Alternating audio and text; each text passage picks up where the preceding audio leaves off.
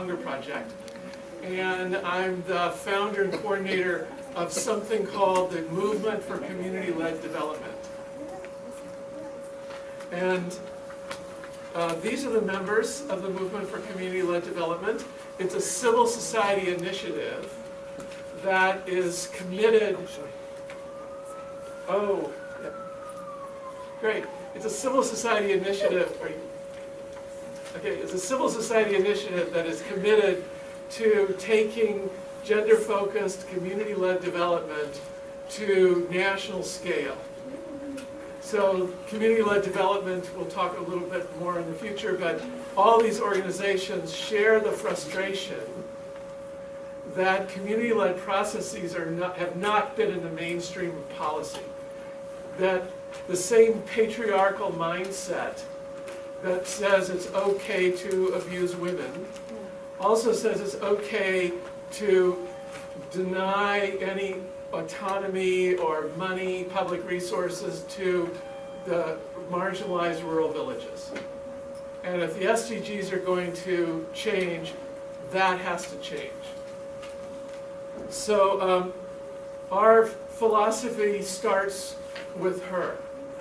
Mahatma Gandhi, on the day that he was murdered, left behind a note on his little writing table that said, when it just seems like too much, think of the face of the most impoverished person you've ever seen and ask yourself, what would restore that person to control over her own life and destiny? And obviously, if you're a poor, impoverished mother with your baby on your back, scratching out a living, or even more marginalized people who are definitely in need of some kind of social protection, like often widows or the disabled, unless you have a responsive government within 10 kilometers, 6 miles, your fundamental human right to voice in the decisions that affect your life has been denied. So decentralization, devolution, these are things that are a fundamental human right, and we must fight for them because they're not currently happening. So this community-led development movement has 5 goals. Voice and agency for women, youth, and marginalized group is the first priority. And that voice is critical, because if we believe that we must leave no one behind, the only way to guarantee that is to ensure everybody's voice is heard, and that every person knows their rights and is able to demand them. Second, communities have to have enough money to take care of these basic human needs. There has to be good local governance with people's participation and social accountability. There have to be quality public services, and communities have to be resilient. They need to be able to, right within that community, take care of shocks. So what we have found, and what this session is about, is the best way to make all that happen is to guarantee that women have a voice in leadership. And so hence this program, Women's Community Leadership for Social Protection. So we have an awesome panel. We're going to hear first from Kelly Thompson from Restless Development. And I think we have little sheets with speakers and their full introductions. And then we'll hear from Sia, and from Kanika, and from Maurice. So that's the awesome panel. So I'm going to talk to you about Youth-Led Accountability for Gender Equality, which is a program that we're currently running at Restless Development. So Restless Development, for those who don't know, is a youth development agency working in 12 countries around the world. And we work on a lot of things John already discussed, so making sure young people have voice, that young people are engaged in leadership. We also do a lot of work around making sure what we call a living, so basically that young people have a kind of, not only a job, but they have a kind of a progression in the skills they need, and then also sexual rights. So this project is kind of an intersection of the voice, the leadership, and then incorporating sexual rights in that as well. You can go to the next slide.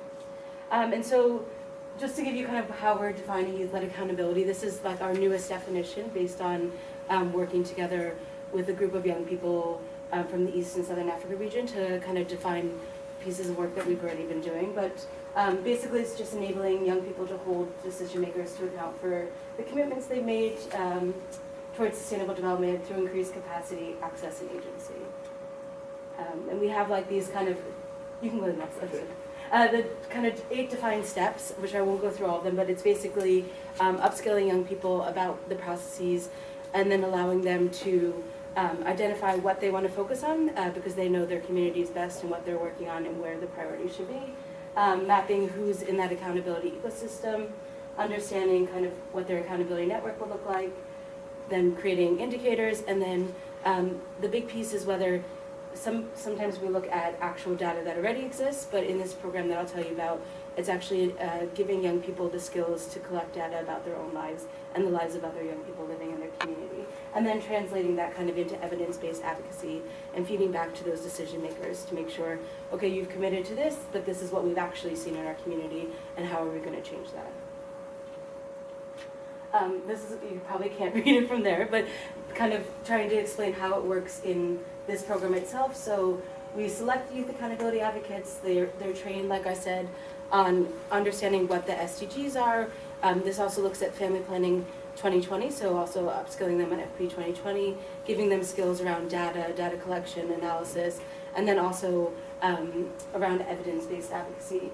And then kind of taking them through those steps I've already described and leading to the end of like advocacy and campaigns.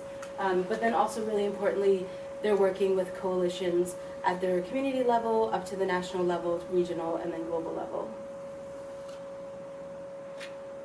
And so, unfortunately, there were 2 youth accountability advocates who were in New York this week, but they have left on their flights home back to India and Tanzania. So I'm speaking on their behalf, but I'm going to try and tell some of their stories through this.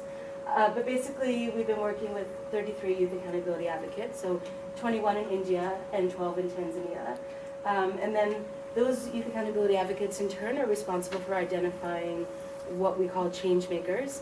And you can see that each change maker, there's about 10 that go along with the youth accountability advocate. And those are young people that in those villages and communities that they're working, that they've worked with decision makers, with other young people to identify what young people are kind of already change makers, what young people they said were like the most popular, so who is everybody most likely to listen to and follow, and those that are already like engaged in the different activities and work.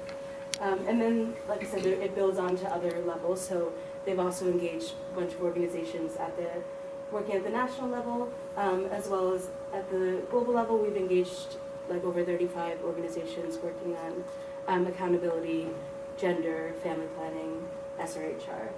And then feeding that all back into kind of global and regional summits, so that's what they're here at CSW to do. One, to understand and see what's happening in New York itself and at the UN, but also to connect with their governments, to connect with other young people, and to share what they found and what they're working on, and kind of seeing the different levels of where you can hold your government to account. This is a very busy slide just to show you an idea of the indicators. So in their first meetings and training, basically they got together, they reviewed SDG 5, all the indicators that were predetermined. They looked at Family Planning 2020, what indicators their governments had agreed to, and then used that to pick out, okay, these are where we see the alignment of the needs in our community, and this is what we'd like to focus on. You can see it's like about sexual and gender-based violence, access to friendly reproductive health services, and then also looking at choice and quality of family planning and contraception access. And so basically they've used a whole bunch of different types of methodologies of how they collect data, and it looks different in each country based on what they think was the most relevant. But it includes key informant interviews, questionnaires. One of the youth accountability advocates did like these video digital stories where he ran around and collected the stories of the young people in the slum that he was working in, and then also focus group discussions. And they were able to talk, those 21 youth accountability advocates and their 220 change makers, to over 4,000 other young people. And they found things that I'm sure you won't find very surprising, that there's no adolescent-friendly health services, that young people had a lack of knowledge and awareness about SRHR, including like that 20% of the young people they talked to thought that HIV could be transmitted by mosquitoes and things like that. So obviously they're not getting any information. And then also that there was a lot of young people who said that they either themselves or people they knew had experienced gender-based violence or sexual violence, but that they didn't actually know anything about the legal protections that are offered. And then the last piece is child marriage. And again, there was really a lack of knowledge about the Prohibition of Child Marriage Act and who that affects and kind of what the law is and when young people, what the age is of marriage and everything.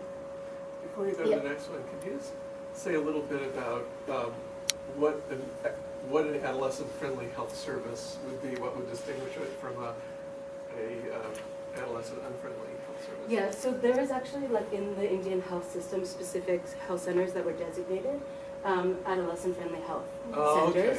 And so they did an audit of those. They audited 12 of them, and they found that 8 of them were inadequate for what the services they were supposed to be describing. And then in Tanzania, they took a different approach where they created one survey, and then they went out into the community using an app and talked to everybody and got their feedback. And so they, through that method, reached much higher numbers. Again, like 8,000 talking about family planning and almost 9,000 looking at gender-based violence. And again, the data isn't that surprising that there was no, they either didn't know about or didn't have any access to youth-friendly health services. Like, they looked at also the healthcare providers in the communities and found that none of them had been trained in how to provide youth-friendly health services. Again, contraception was limited by stockouts. There was a lot of young people were discontinuing due to side effects or misconceptions about contraception, and then a lack of knowledge and access overall. And then when they looked at gender-based violence, the people who are supposed to be responsible to kind of take care of the different cases that are presented are the local leaders themselves, but the local leaders said that they lack any knowledge about how to actually respond to cases of gender-based violence. They'd never received any training or education, and so it felt themselves that they weren't really sure what to do about it. And then also, each police station in each district is supposed to have a gender desk, which is responsible for kind of responding to the legal aspects of gender-based violence, but also kind of linking to referral and care. And they found that none of the districts that they looked at, some of them didn't even have any police stations like they were supposed to, but all of the ones that did have police stations, none of them had a gender desk to refer people to. And you can see that there's like a whole bunch of reasons as well why people weren't reporting, and they found that most young people weren't able to report gender-based violence or violence against violence against children within 72 hours because there was a lack of delivery points, there was a lack of police stations, there was also distrust, and they also felt that if they were to report that the cases wouldn't be addressed, which I think is probably applicable everywhere. But this is a positive rather than a negative, the story of Faraja. She's a young woman in Tanzania who was engaged as a change maker.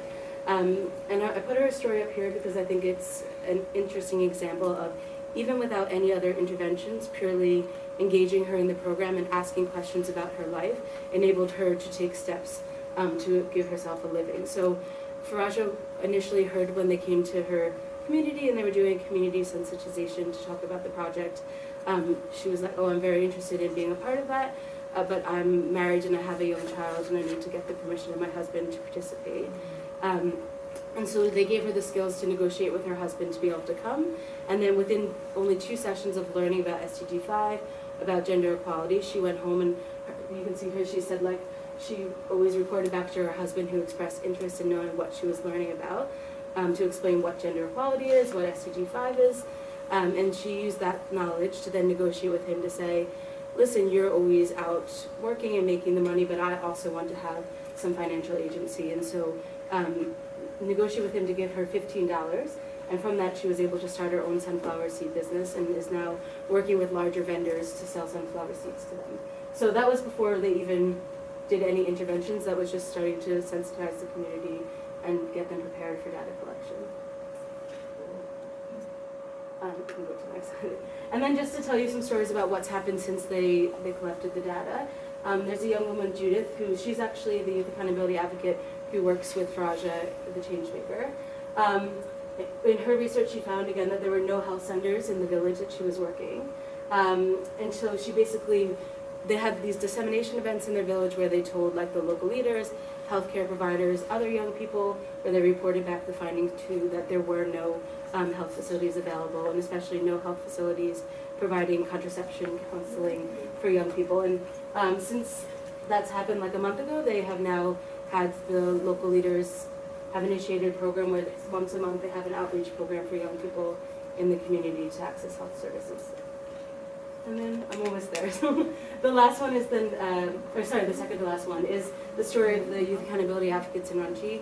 And basically, they invited the State Family Planning Cell to their dissemination event. And at that time, they were talking about the lack of access to education and information for young people as well as services. And in turn, the Family Planning Cell has now asked them to be involved not only in like making sure that their service is available, but also doing outreach with other young people to increase their knowledge and understanding of SRHR. And this picture is quite dark, but that's what's happening there. One of our staff members is training some local students in the high school there. And then the final story is of Aisha, who works in Dodoma in Tanzania as a youth accountability advocate. And as I said before, there was no gender desks in any of the police stations, and so again, in Dodoma she found the same thing. She reported that back to the district commissioner who was at her meeting, and since then they've tried to work on some budget advocacy, and they now had several meetings, and they were able to secure a commitment for the installation of a gender desk in at least one of the communities, and they're using that to build on and ask other communities to put gender desks in the other police stations. And that's it. So thank you.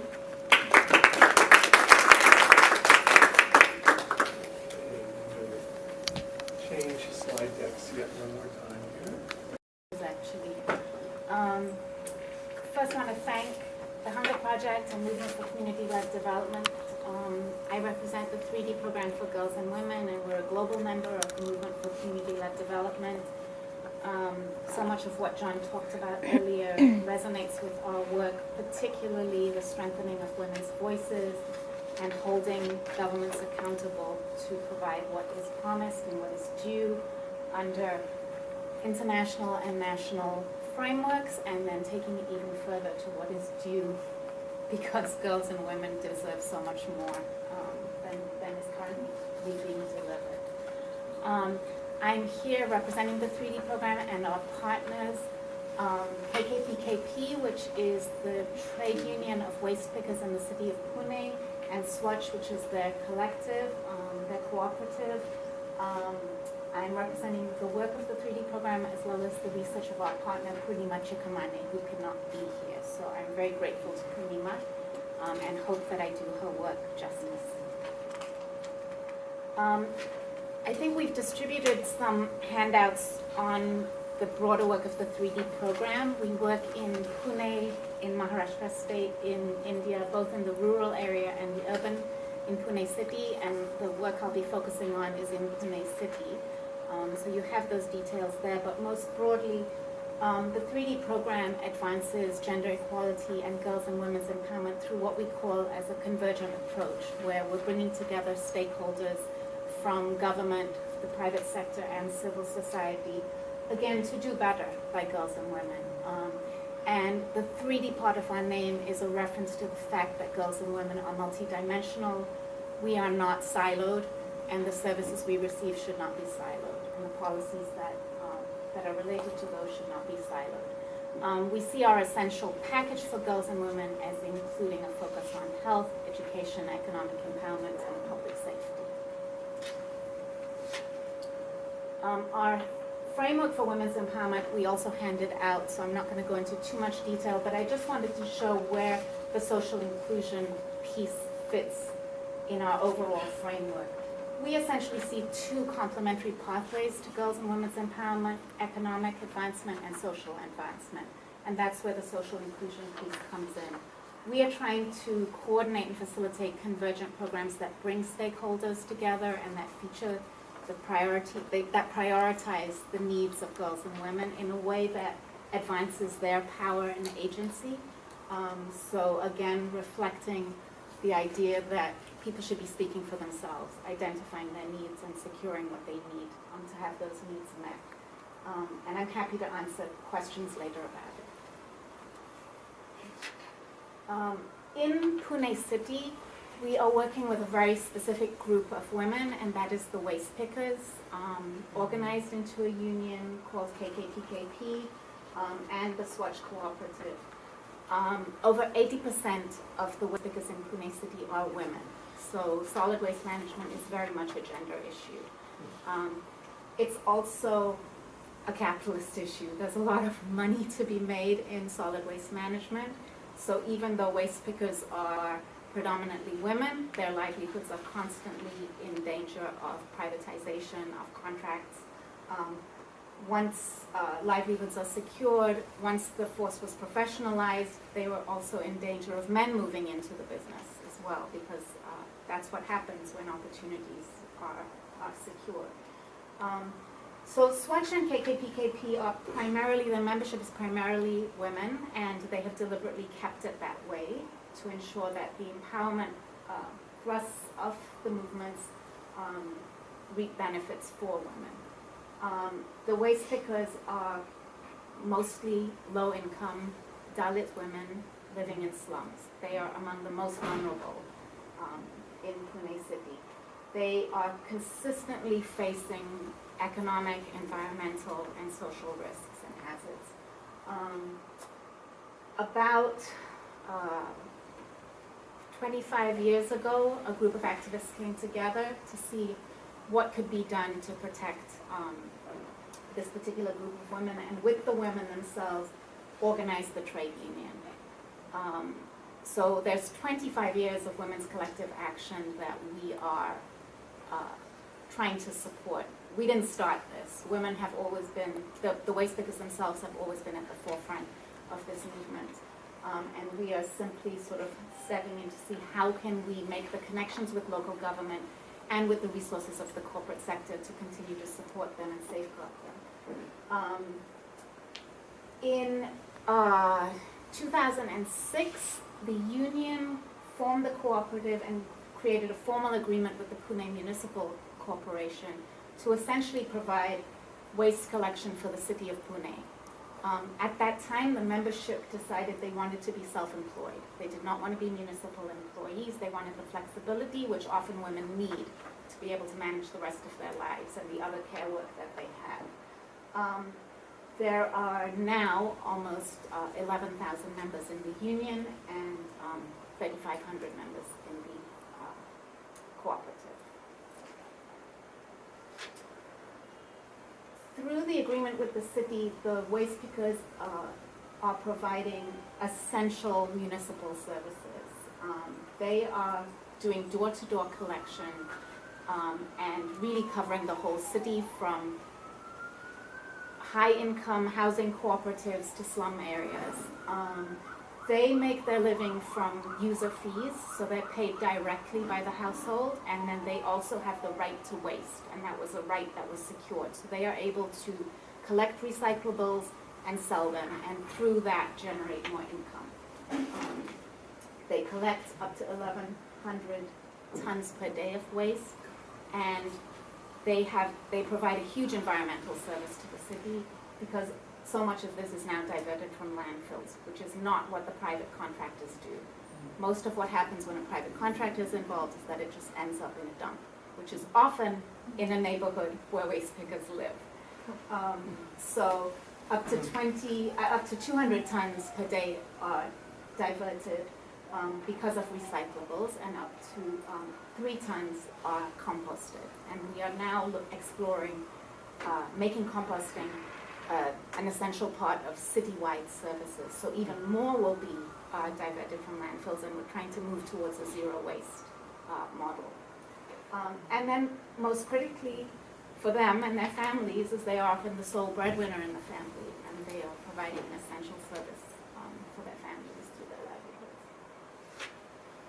So we are, needless to say, extremely proud to be partnering with KKPKP and Swatch, and what we are doing through our support and through our framework, again, is trying to demonstrate a zero waste model, we're engaging different levels of government. We're engaging the state government, we're engaging the municipality, and we're also engaging the smart city machinery, which is a public-private special purpose vehicle in India, which has a lot of resources and has solid waste management under its mandate. But in many cities actually isn't doing much under that pillar. So through Smart City, through an agreement with Smart City, we are demonstrating this zero waste model. And through that, we are securing livelihoods. But an essential piece of what we're doing is saying, in addition to economic empowerment, you have to secure the social protections for waste pickers, who often fall through the cracks.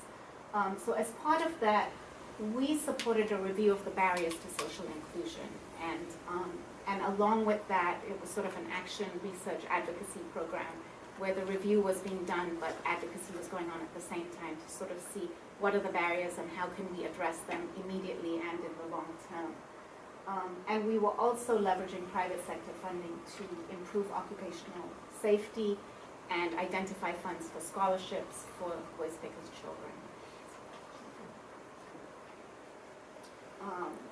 So the methodology of the study that we did was a review of government schemes and services across several sectors. So we looked at health, we looked at education, we looked at financial inclusion, including insurance and pension schemes, and we also looked at public safety. Outreach was also done directly to waste pickers to sort of see what are your priorities, what are you missing out on, what are your needs that are not being met. And during those sessions, actual sign-ups were done, so to help women access the benefits and the entitlements that are in place. We also reviewed and sort of documented the content of calls to the KKPKP and Swatch helplines. Again, sort of identifying priority needs and what are the barriers for waste pickers and their families to accessing government programs. Advocacy was ongoing, whether it was with service providers or government officials, at the policy levels. It was advocacy at the national level in the discussions around universal health coverage. There were discussions at the municipal level with, you know, why did this window close before it was supposed to close? And then also at the service point to say, why aren't you providing the services that you promised to provide? So facilitating inclusion was sort of a constant part of the information gathering process as well. And then we were also generating recommendations for sort of longer term action. So I'm not going to go into detail with this. This is sort of examples of the sectors and schemes that were reviewed, but just to sort of reflect a little bit of what Kelly was saying. These are sort of the promised services. So if you look at safety and the column there, yes, we were supposed to have women police cells. They're not always there. Again, for gender reasons, because women are not always recruited enough to staff those cells. One-stop crisis centers, there's supposed to be 2 in the city of Pune, neither of them are functional.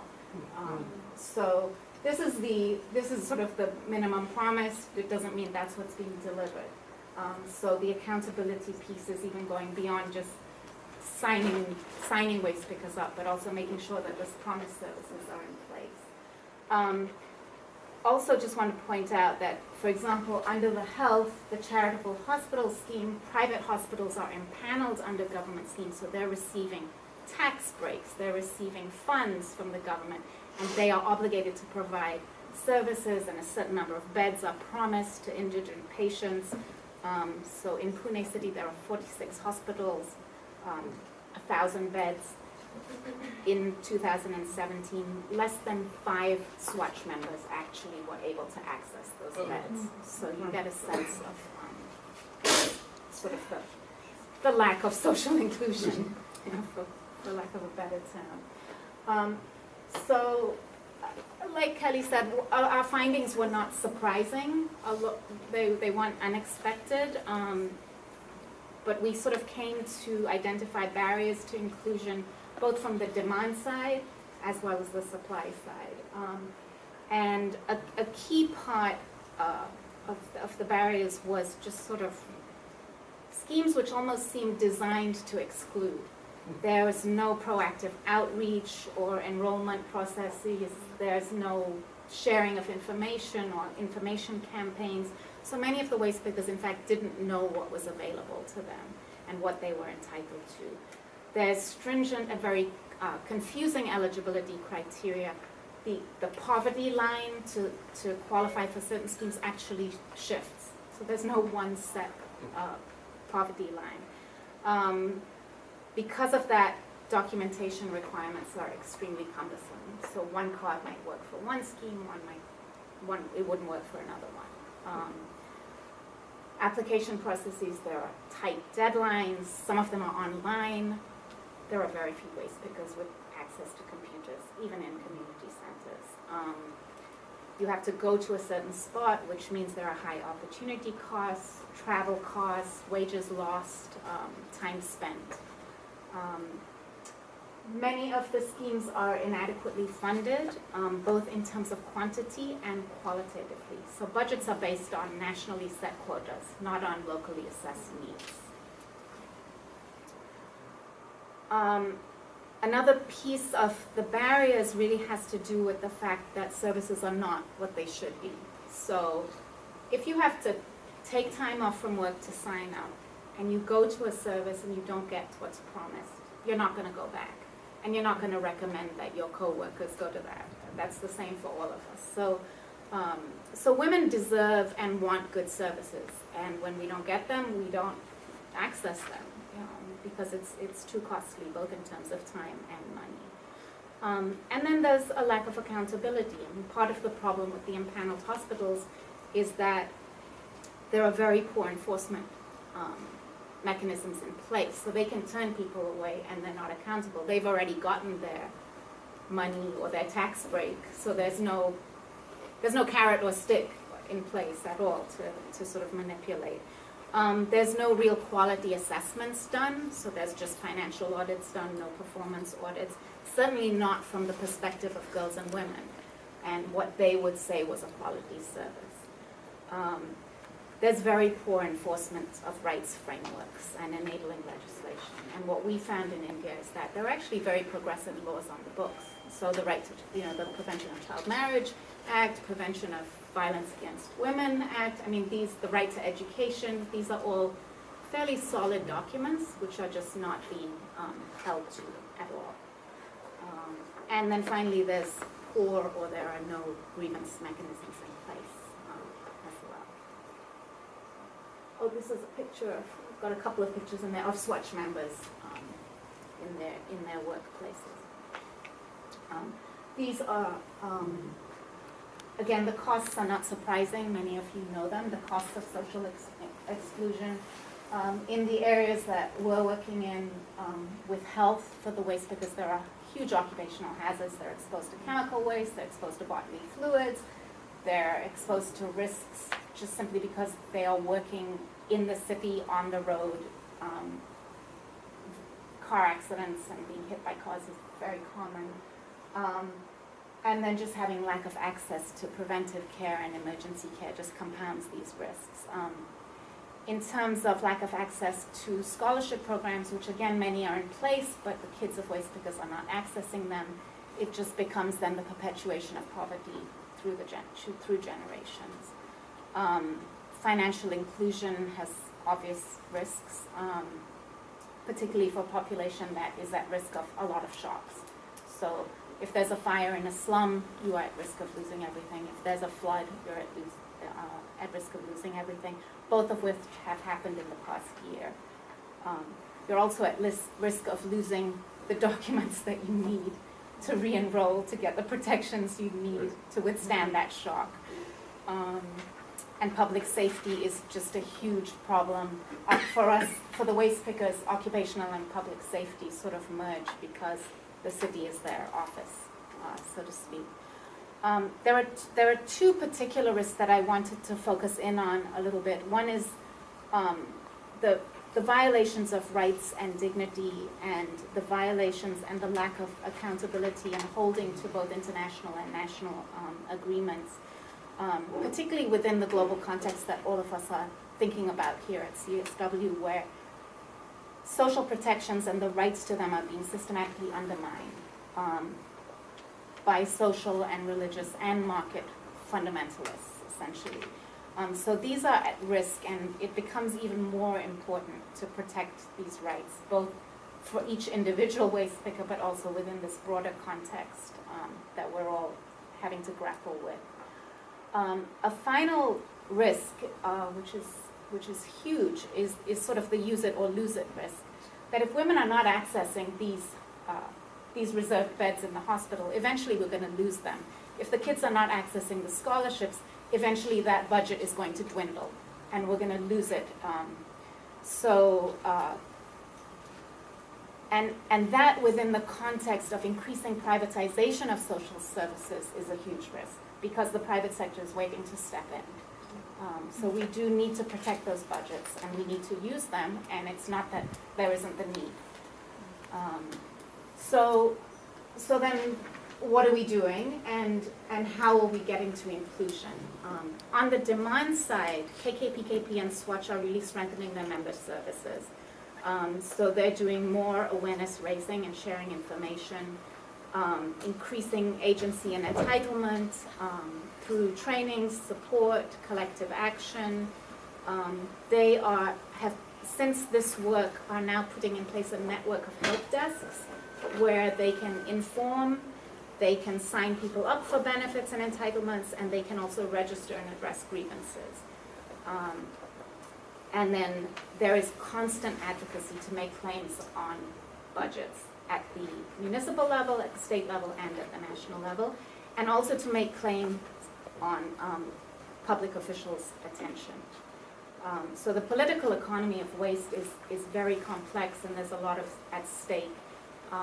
And it, for us, has been a carrot and stick situation where we are holding officials accountable. There's some shaming. Do you really want to be the guy who brought down the women's trade union? There's also sort of showing the cost benefits and the environmental benefits. So that advocacy is really ongoing, and really is bolstered by the collective action that the waste pickers have done to really establish themselves as a force within the city itself.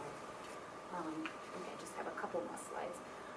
On the supply side, our work is really to sort of address some of those direct barriers. So increasing access, we are looking to really streamline the eligibility requirements. Find one category or one document that works. For waste pickers, for some of the schemes, as a professional category, they can access them. And so we're trying to know India. It was thought that the Aadhaar card would do that. It doesn't. We're trying to make it so that at least within Pune city itself, the officials are aware that if you come in with this particular document, you should be able to access the full range, the full menu of available entitlements and services. We're also trying to take the burden off the user. So trying to find ways to bring the sign-up process to the community, trying to create smart cards, and trying to also coordinate multiple services at one service point. We are working to see what can be done to increase the quality of services. And again, building on the collective action of waste pickers, that everybody has a right to good quality services. So holding providers accountable for providing at a minimum what you say you're going to provide, and then holding those rights frameworks up to them to say you are responsible for doing that. Increasing accountability, like I said, this has been a carrot and stick process which is ongoing, and we're looking into ways that we can sort of create accountable systems.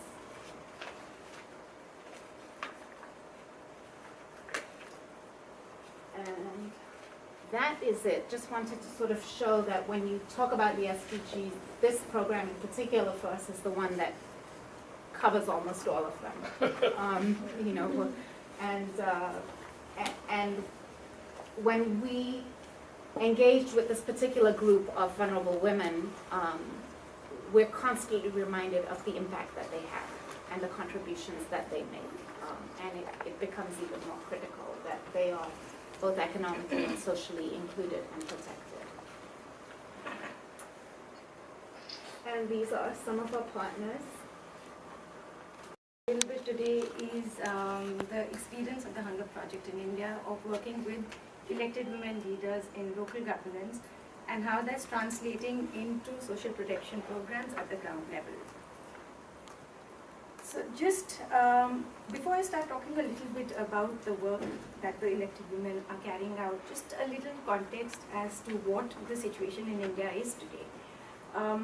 We've been an independent country for over 70 years now, and we have undoubtedly made a lot of progress in addressing poverty, in improving our development indicators, but we are still confronting serious development deficits in our country.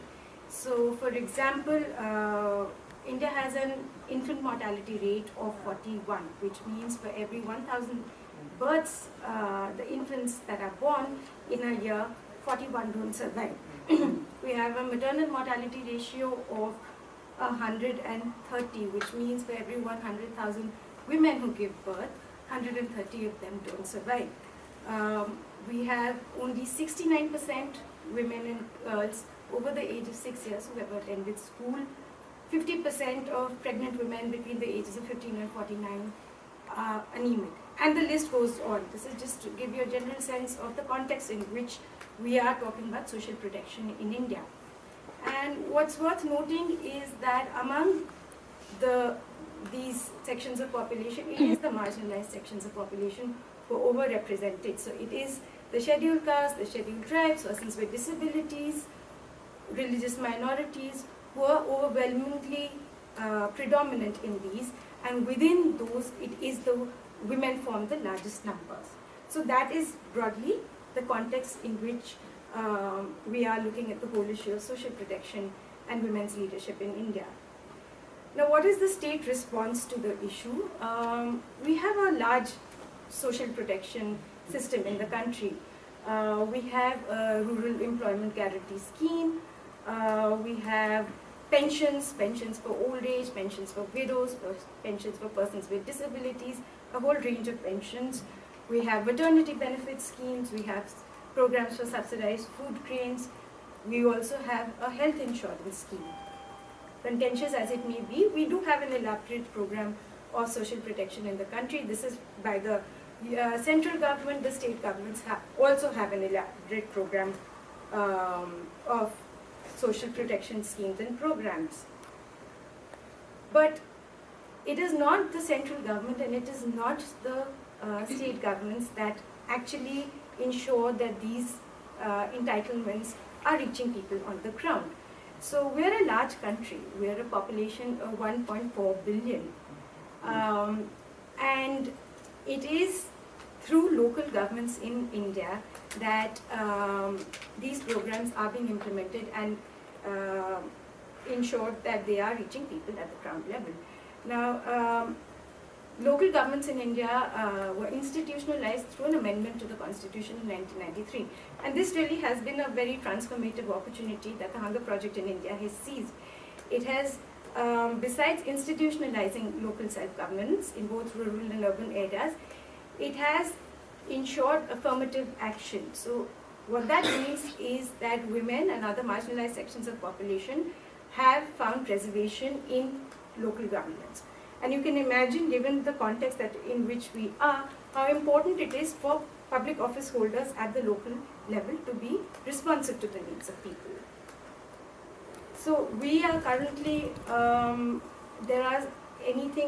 the number of elected representatives in local governance in India is close to 1,000, of which nearly 50% are women.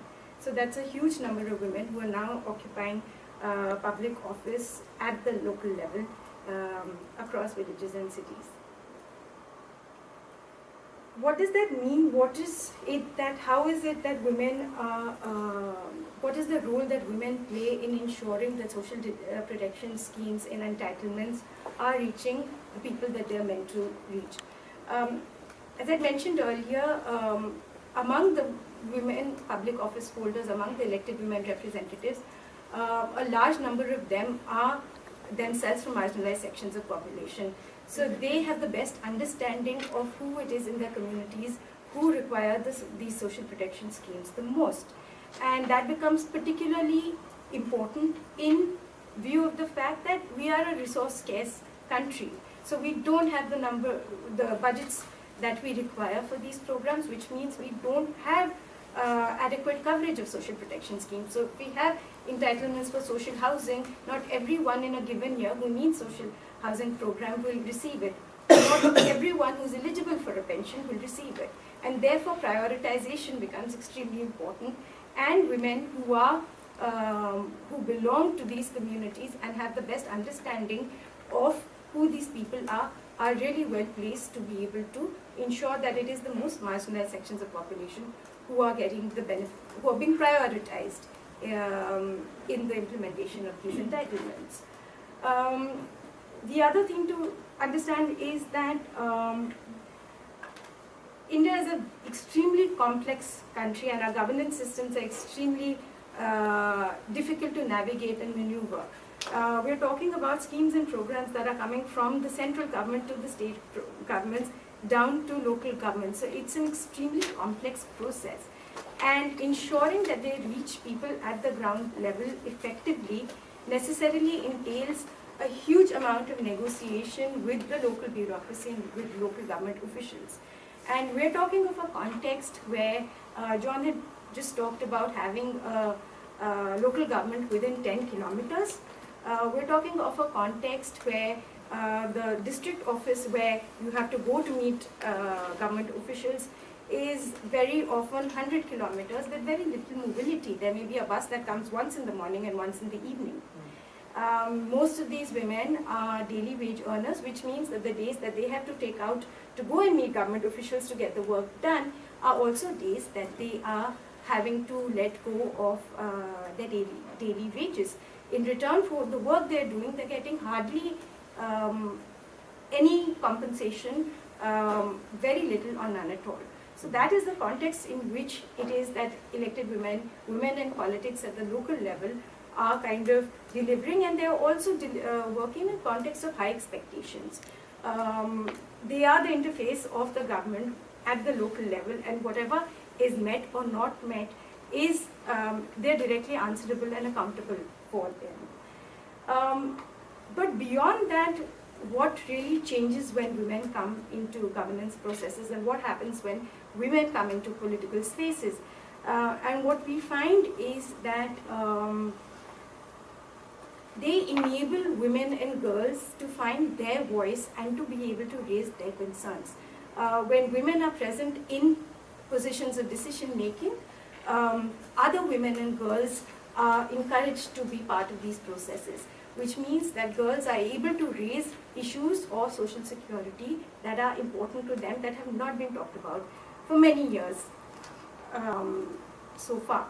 I was recently talking to an elected woman in the state of Uttarakhand. She's a panchayat president, and she was telling us about her struggle to get a school upgraded in her village to ensure that girls didn't have to walk 12 kilometers to go to school, and because of the distance and because of security concerns, most girls were dropping out of school.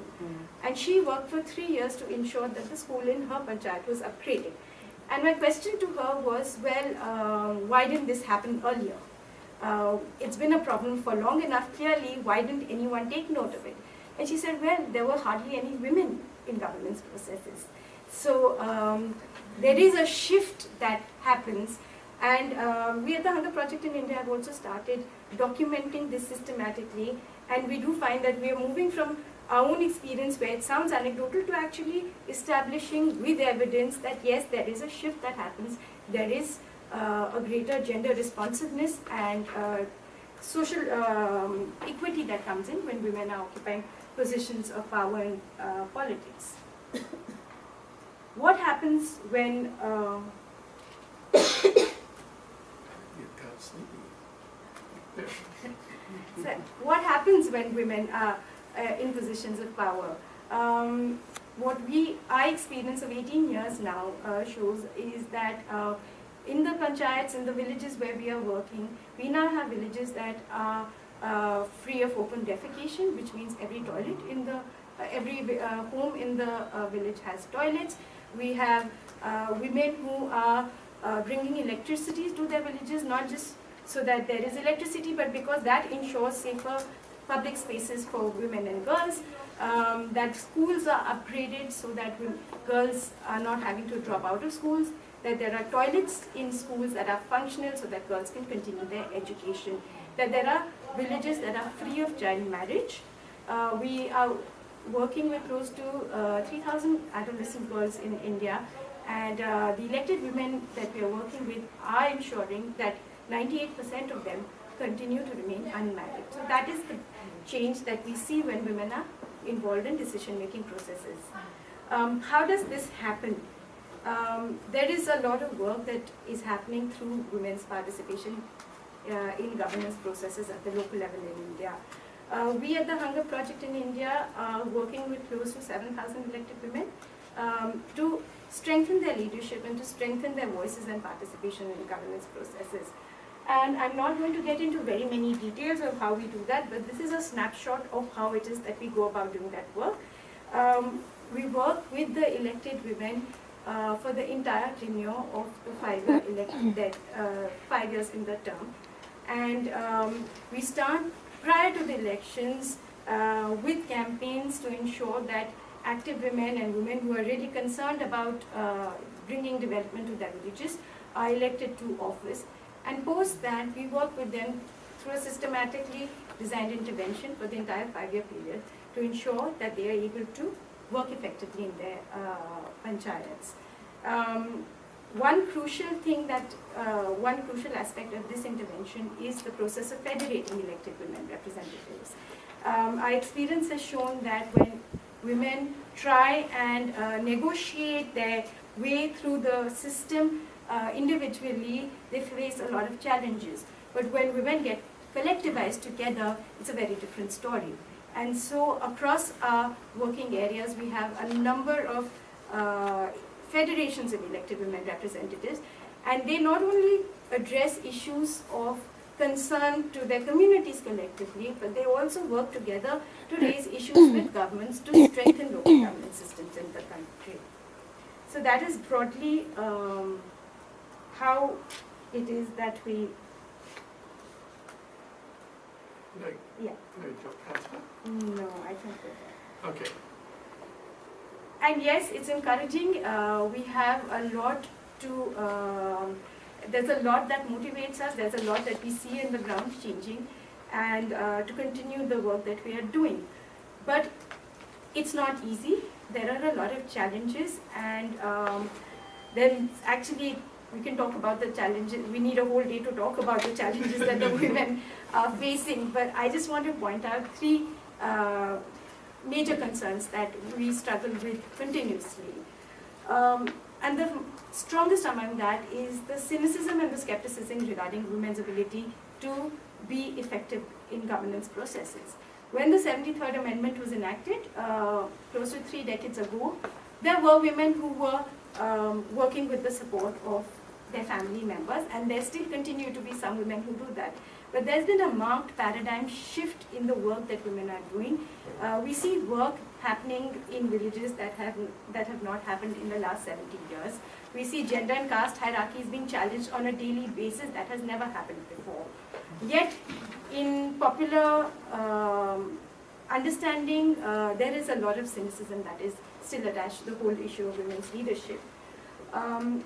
The other issue is that while we see a lot of traction because of women's participation in politics at local levels, we lose the link with, because we don't have more women in political and decision-making processes at higher levels.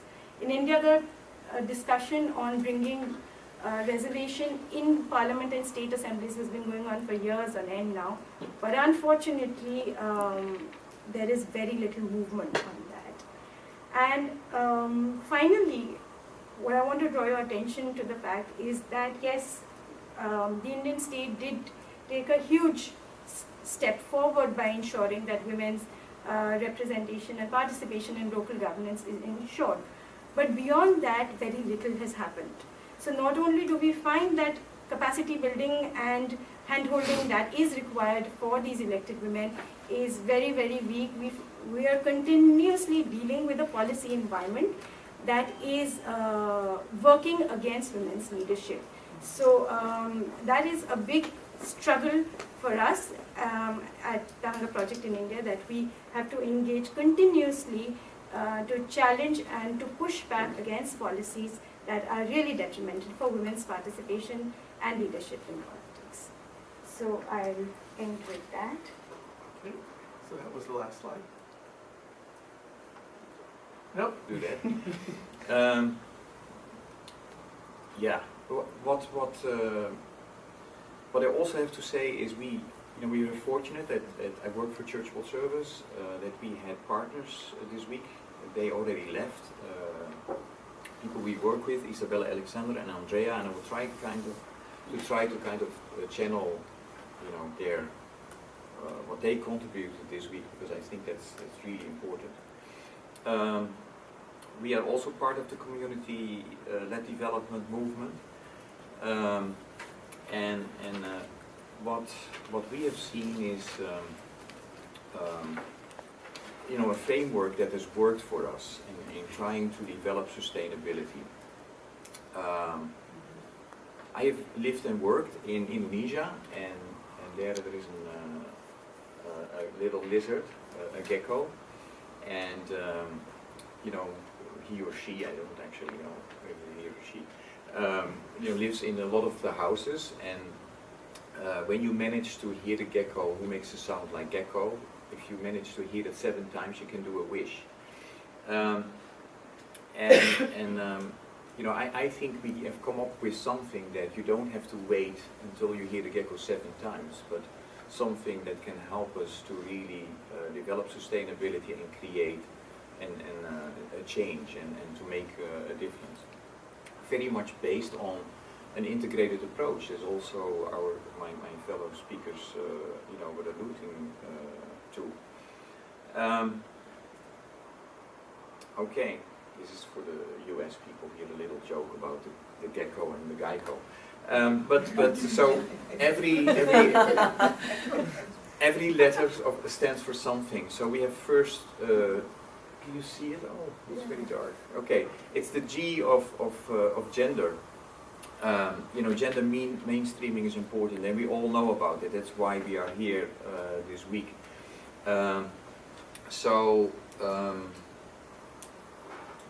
Maybe I can just change it. Yeah.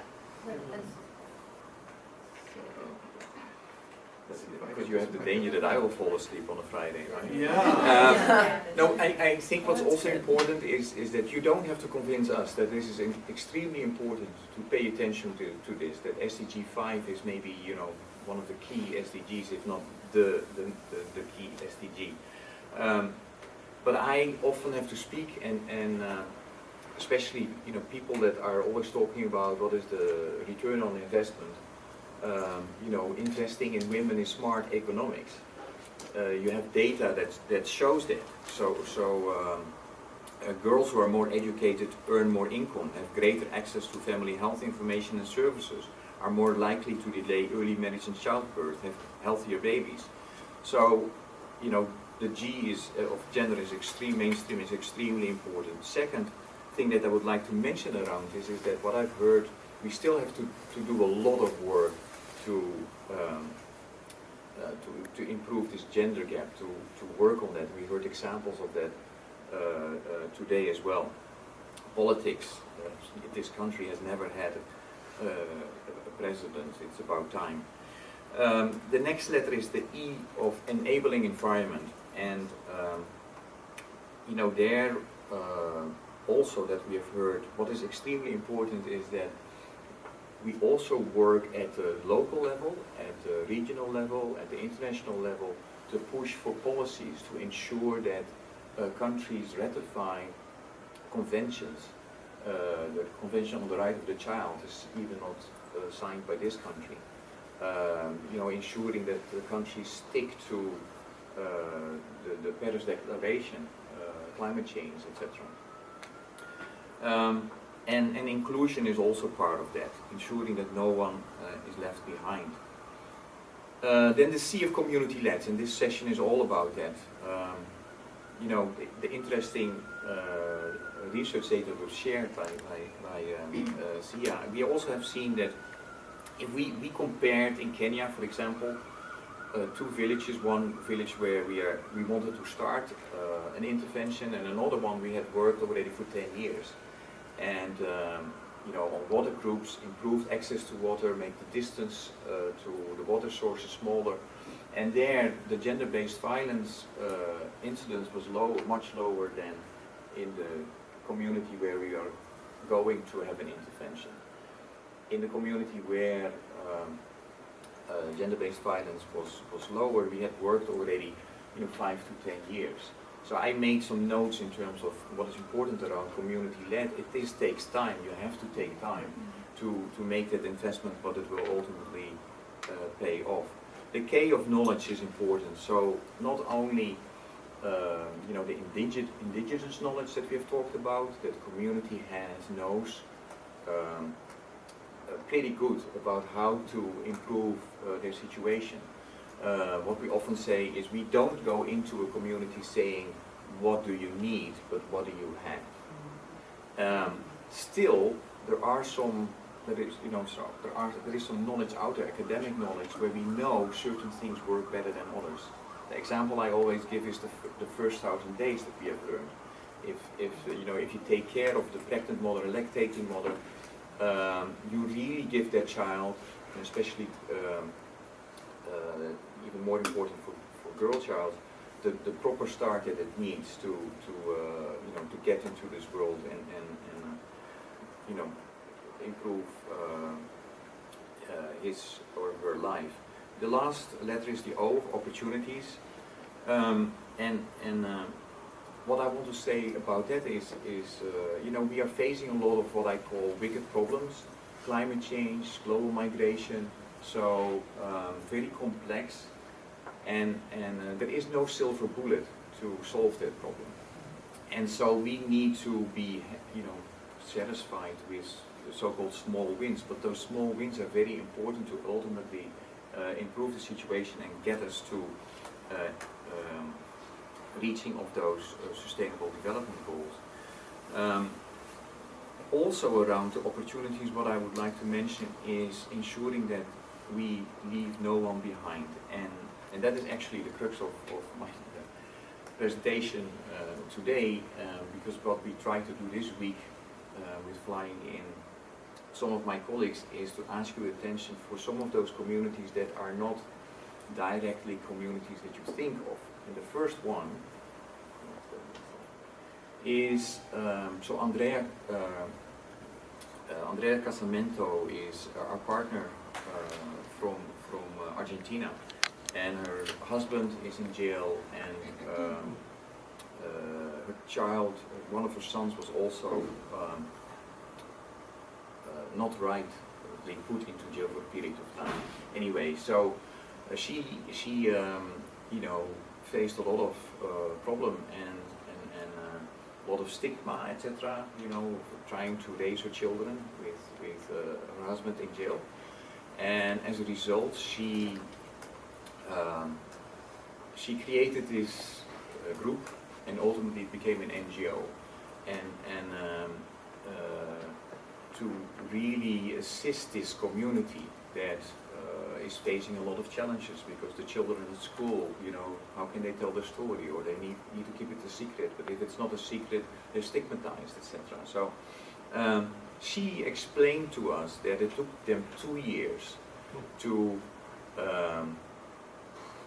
grieve, to listen to each other's stories, and after 2 years they came up with certain activities, and now her NGO is also part of a regional network in Latin America. So she, tells the stories in events like this one.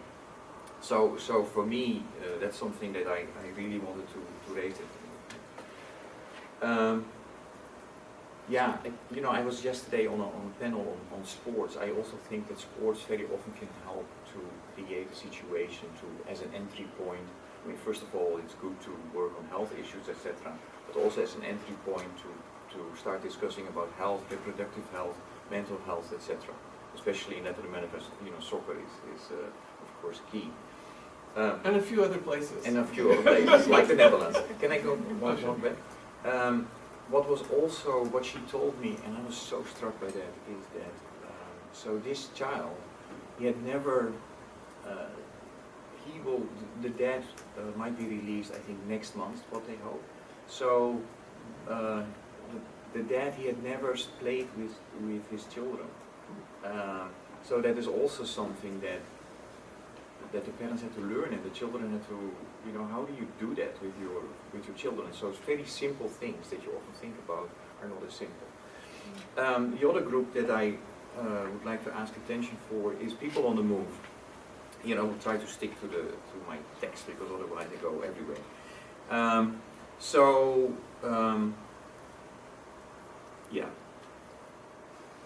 Isabella Alexander is an anthropologist who travels between the US and North Africa, where she works with the world's largest population of migrants and refugees who are currently trapped under brutal conditions at Europe's northmost borders.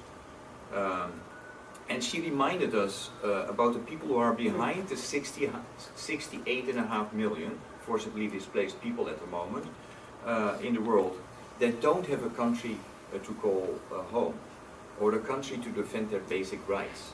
And why I want to mention this is that when we talk about the SDGs, we talk about countries that have to come up with national plans to ensure that the SDGs are being reached, but very often the displaced are not part of those national plans. So it's hard to imagine what 60.5 million people look like.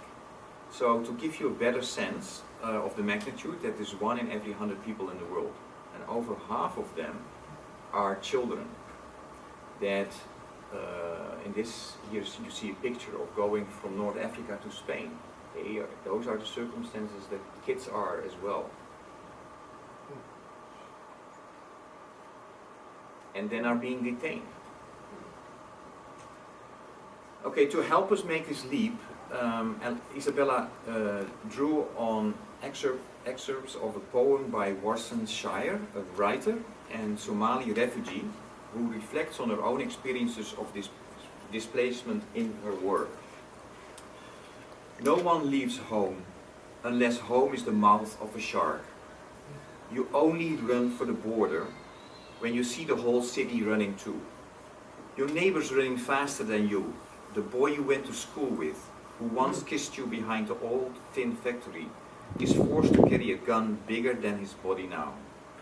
You only leave home when home won't let you stay. It's not something you ever thought about doing. So when you do, you carry your anthem under your breath, tearing up your passport and burning each page, making it clearer that you will never be going back. You have to understand, no one puts their children in a boat unless the water is safer than the land.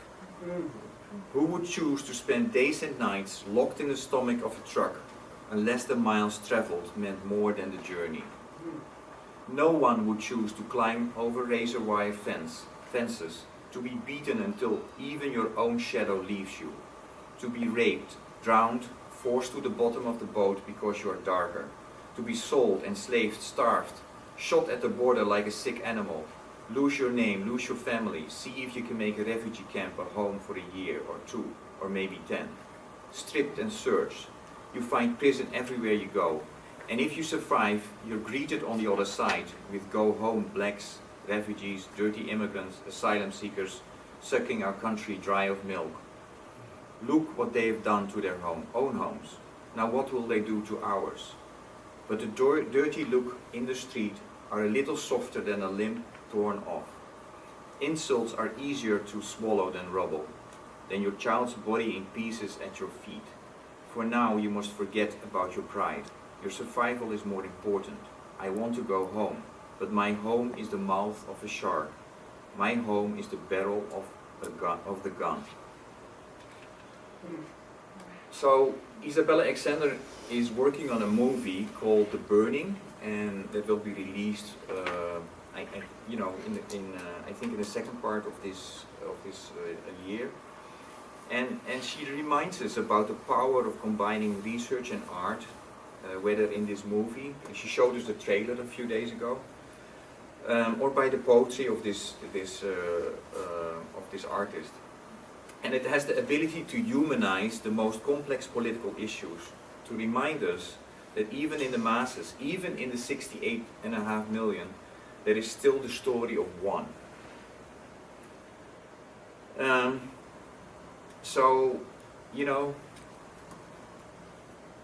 in the final year of her filming, Isabella experienced that one of the children that she has been following for the last 12 years or so, Bambino, she got to know that he was among the hundreds like him who lose their lives every month attempting to reach safer shores. He was beaten to death in a detention center for unaccompanied minors in Melilla. So, yeah, going back to the O of opportunities, especially around ensuring that no one is left behind. Let's elevate the voices of those who will never be invited in the halls of the UN, to those who still remain on their treacherous journeys north, and to those who will never reach the other side. Let's not forget their voices. And you know, they are also communities. They are,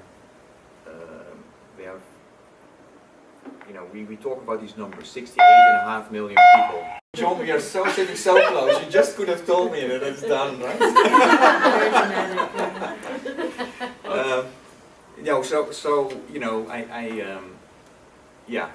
think that's kind of a message that I wanted to give to us, and I think we can make it work. I've heard a lot of great work, and again go back to those, you know, those relatively small successes. A lot of them are there, and we need to continue to do that, to speak out as well, to create the platforms. Yeah, so thank you very much.